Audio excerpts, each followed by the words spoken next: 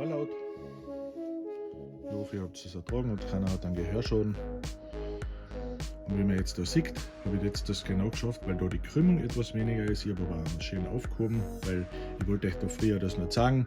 Bei mir funktioniert das, weil ich mache relativ viel Scheren in einem. Ich weiß schon, wie viel ich aufheben muss, circa bei der Schere. Und jetzt schaut einmal, das ist jetzt perfektes Nachschliffen.